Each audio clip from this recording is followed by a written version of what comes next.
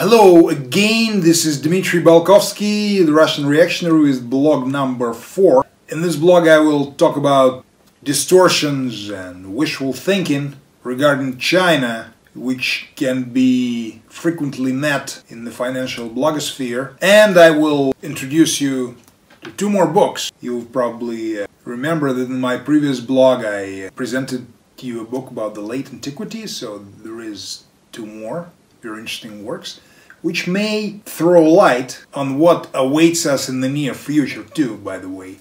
So look at them as a source of forecasts.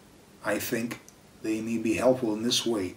Our age is the age without religion, but people, of course, being people, still look for meaning, still look for truth.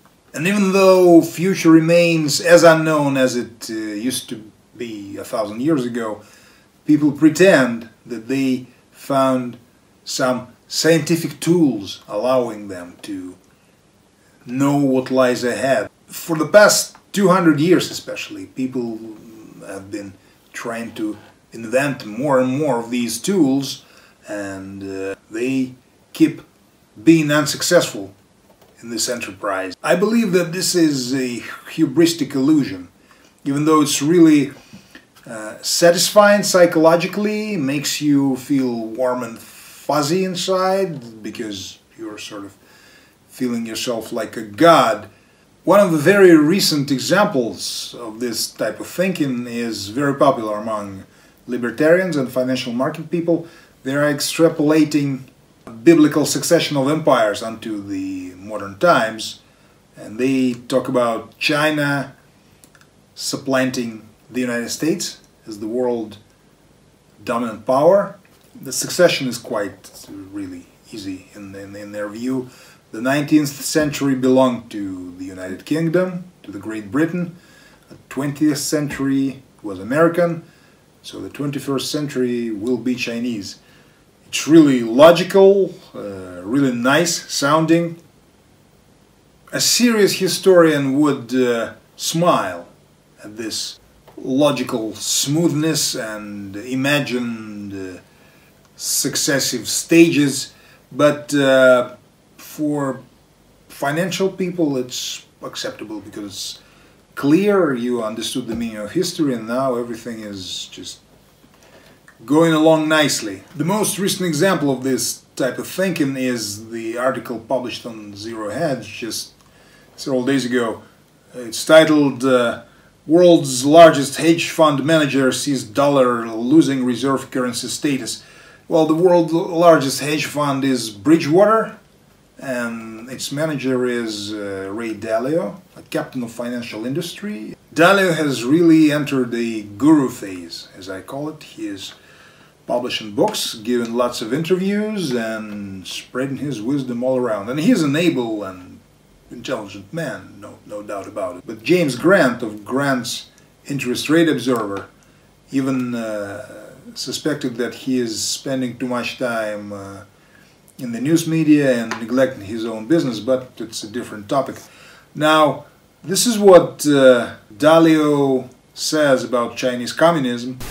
Now, Dalio admires the changes that China has gone through in the past 40 years and points out, as the article says, that if you haven't spent time in China, you need to get any stereotypes you might have out of your mind, because it's not how it was.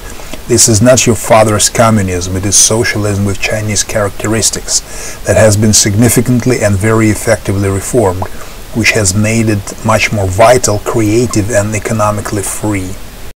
Now, I haven't been to China, and I'm no expert on China, but I know quite a few things about communism, how it works. I haven't lived through it, part of my life, and haven't studied history. So I'll share with you a fact of which probably not everyone is aware. Throughout the whole of the Soviet period, there were dozens and even hundreds of Western intellectuals and captains of industry, by the way, too, finance people, who came to the Soviet Russia, who sang songs of praise to cultural, political, economic achievements of the Soviet Union, and I found several articles on this topic for your information, so here they are. The first article tells the story of Armand Hammer. It's called The Riddle of Armand Hammer, and this Mr. Hammer was an American industrialist, head of the Occidental Oil, a multi-millionaire, and a friend of the young Soviet Republic. I remember from my childhood this man was an iconic progressive Western capitalist. He was often mentioned in Soviet media while the Soviet Union existed as a example of a correct view of the Soviet Union. So here you have it. You can see this article online. It's called The Riddle of Armand Hammer. This article from the American Heritage magazine will tell you how American engineers and industrial theorists such as Frederick Taylor and industrialists such as Henry Ford helped to build the Soviet heavy industry. Very interesting. Lenin, the leader of the Russian Revolution, was a great admirer of Frederick Taylor's methods. So here you have it. And Henry Ford was building plants, industrial facilities of all types in the former Soviet Union as well in the 20s and the 30s. And on a slightly lighter note, here is the piece by Michael David Fox of the University of Maryland, titled The Origins of the Stalin Superiority Complex, Western Intellectuals Inside the USSR. It tells the story of Theodore Dreiser, an American writer, famous for his Wall Street novels in the 20s and 30s. Also of some German intellectuals and French intellectuals coming to visit the Soviet Union and admiring it as the great success, as light of the world and everything, using the same respectful and appreciative language Mr. Dalio uses. They were saying the same exact thing about the Soviet Union as Dalio says about China, that the Soviet model may not be perfect, but it's worth studying and even copying in some ways, and quite a few of them said that the Soviet Union is the future. For example, Jim Rogers, a very intelligent guy, no doubt about it, but he says that China is the future too. So there is a bit of similarity here, I believe. Please note the way Dalio talk about Chinese paternalism. And here is another and very telling quote from Dalio. I believe Chinese leadership seeks to run the country the way they believe a good family should be run, from the top down, maintaining high standards of behavior, putting the collective interest ahead of any individual interest, with each member knowing their place and having filial respect for those in the hierarchy, so the system works in an orderly way.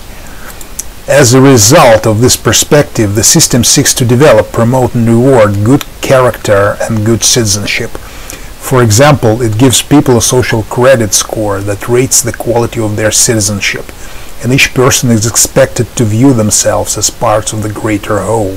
So Dalio doesn't praise the worst features of Chinese totalitarian system, such as social credit score, but you may say that he's an oligarch, he sits at the very top of the establishment, so it's no surprise that he's praising totalitarian methods.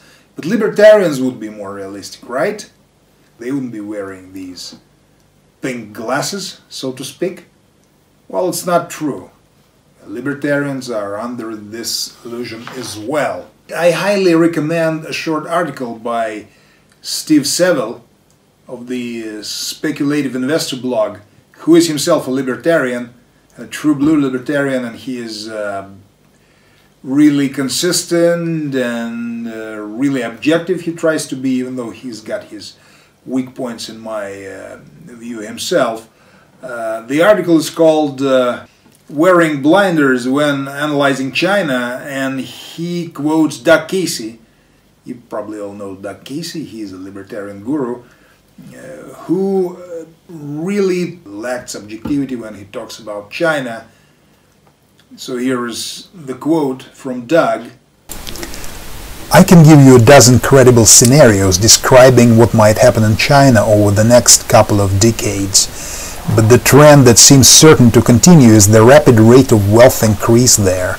I don't credit official figures with any great accuracy, but if we take them as being approximately right, then the US economy is growing at 2% and China's at about 7%, but with a base of about 4 times the population. What this means is that the largest economy on the planet will soon no longer be America's, but China's. In his critique, Saville points out several weaknesses in pro-China case. First of all, the Chinese statistics concerning GDP growth are highly manipulated. They always move in this channel 6.5 to 7.5%, no matter what happens in the economy, no matter what happens in the outside world.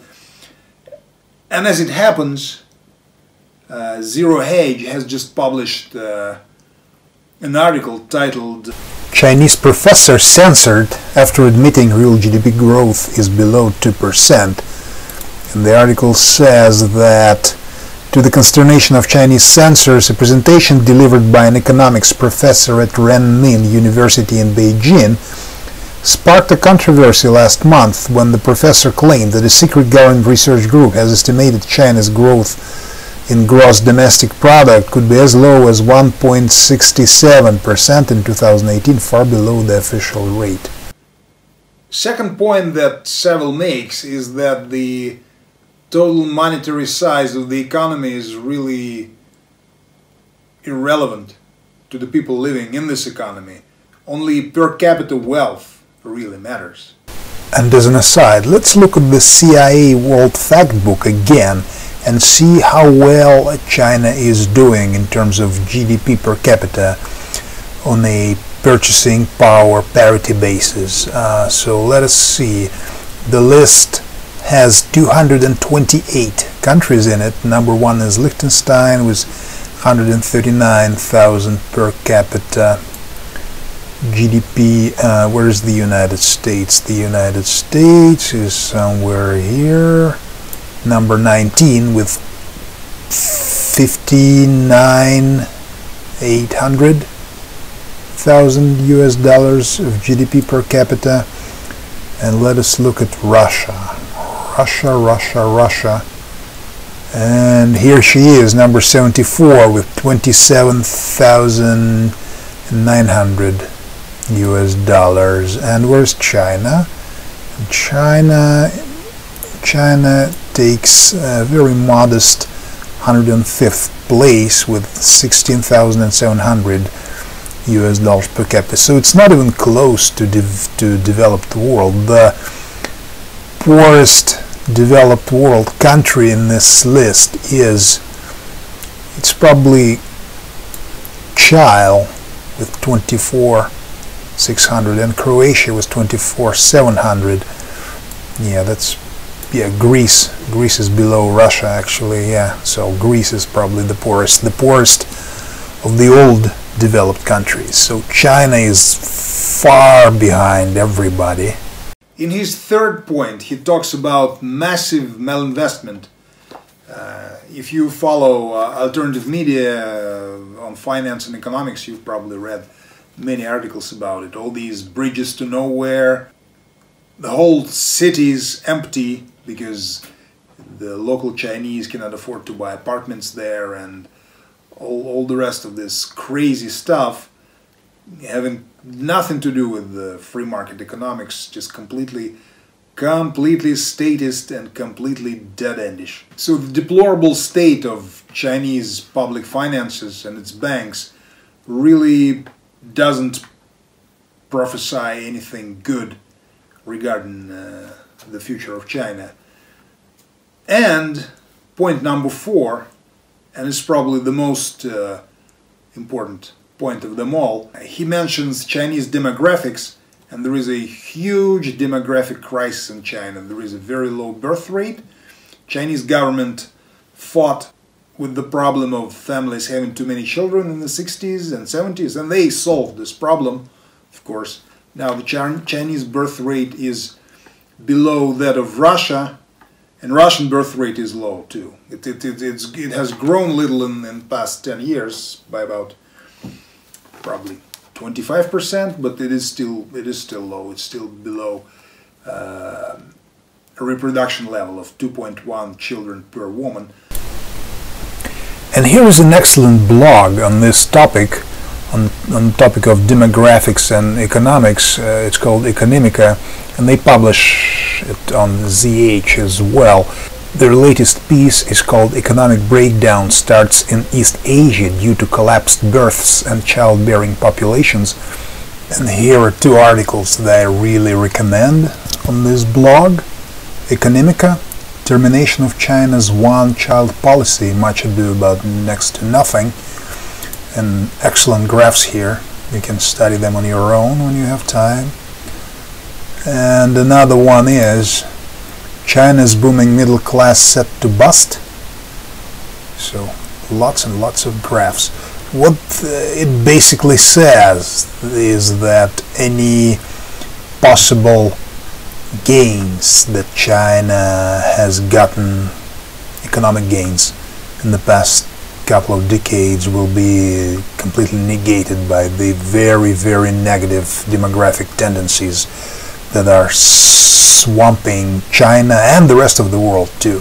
China is no different from the rest of the world.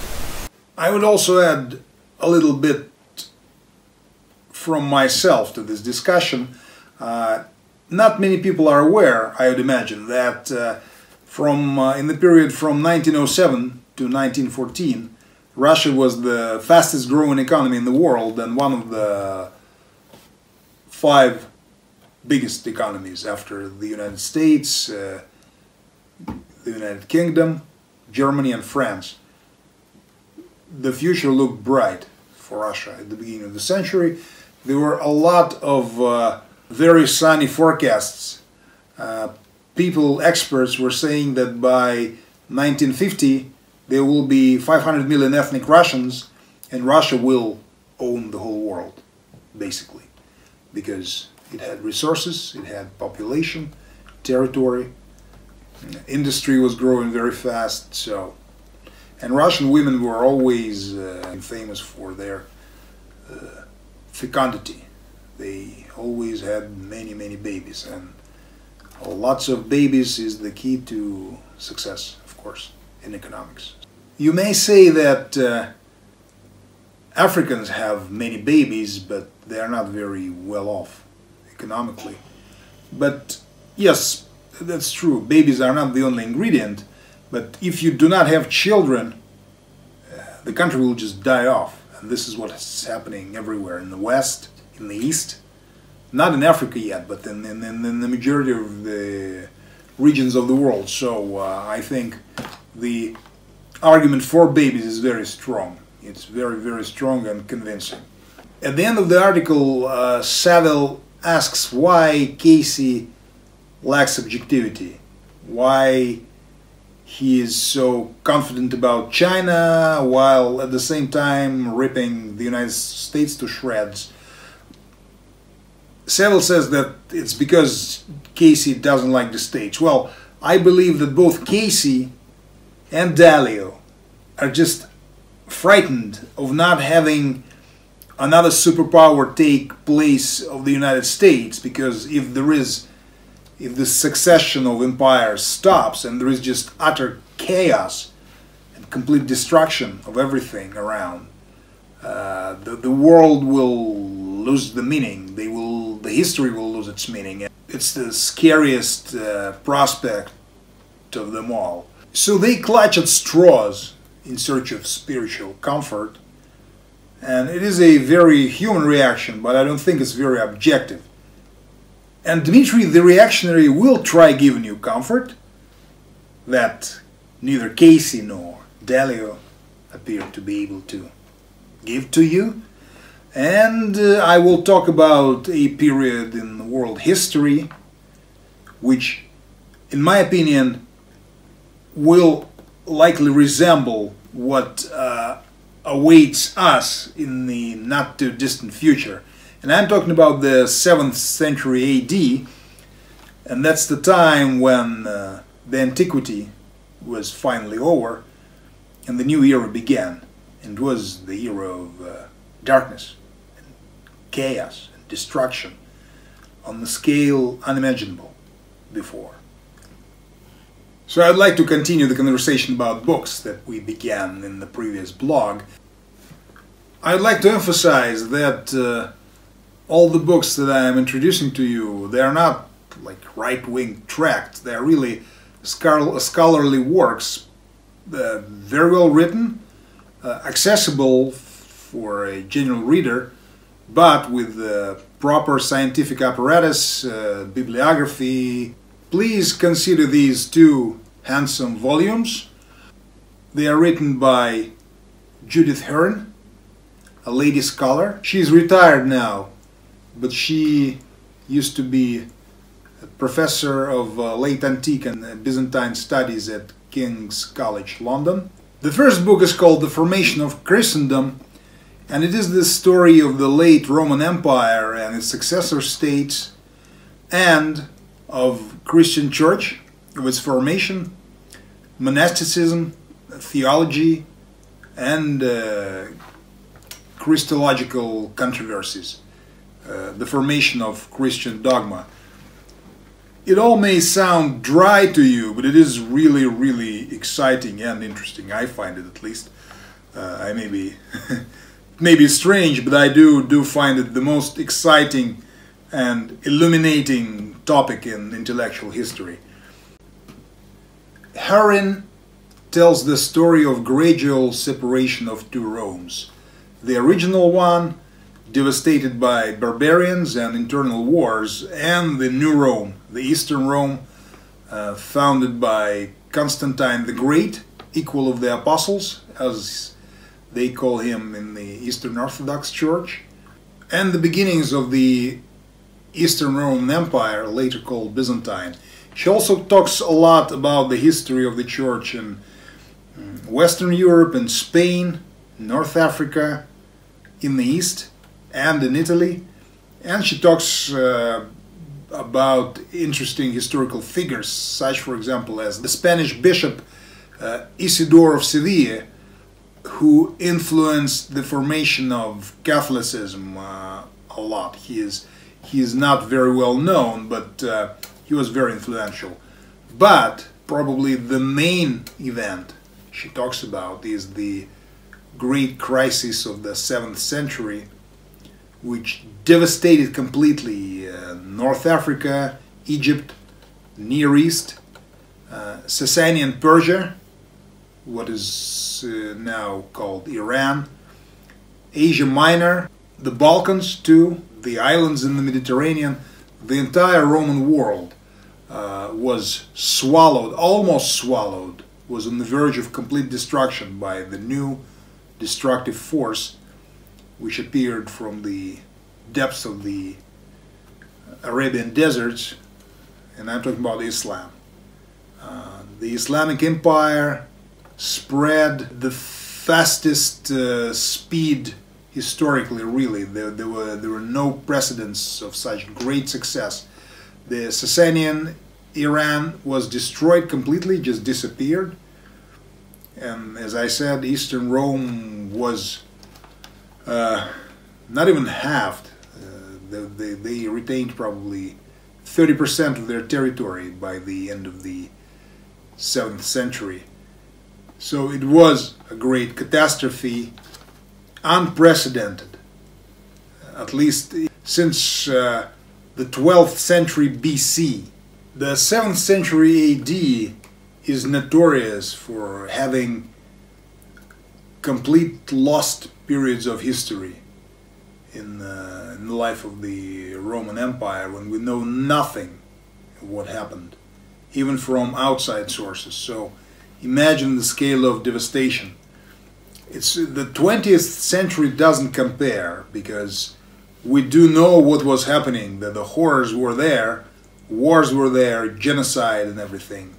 But at least we know what happened, but we do not know what happened about some periods, some decades of that dark and destructive century.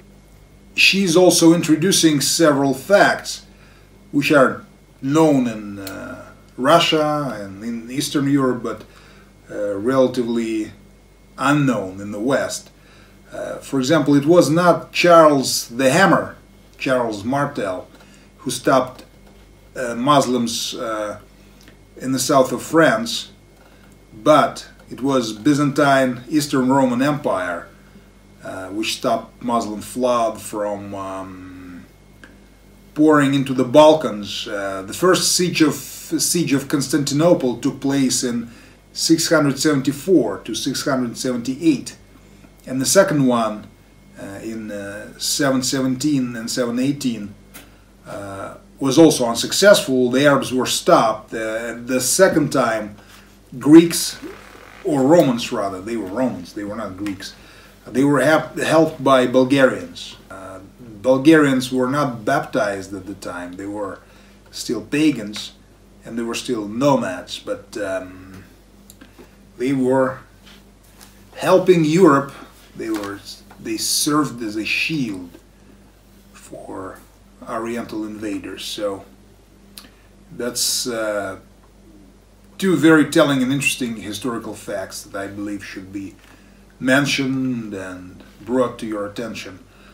And the second book is the history of Byzantine Empire, Byzantium, the life of the medieval empire is called, and it talks about the entire span of history of the Eastern Rome from 324 to 1453. It existed for over 11 centuries.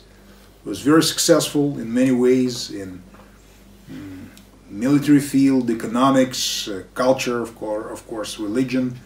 When Western barbarians arrived at the door of Eastern Rome, at the end of the 11th century, in the First Crusade, they were unwashed and uncouth. Your ancestors, my dear viewers. And they came to a land where there was hot water heating and libraries and universities and scholarly class, and beautiful culture, beautiful cities and agriculture, very developed empire, Byzantine Empire. So you can learn a lot about it from here. Both books are very, very well written, very readable, not difficult. They're not pop history as such. They're not like, you know, dumbed down notes or cartoons, but they can be read by non-specialists. They are written for non-specialists. She's got some specialist works too. If you're interested, write to me and I'll send you links. But these two I do recommend. I believe firmly that every traditional conservative should know about these things. These are the foundations of our culture. So please buy them in paper format, read them, and share your thoughts. And this was Dmitry Balkovskiy, and thank you very much for watching. Bye.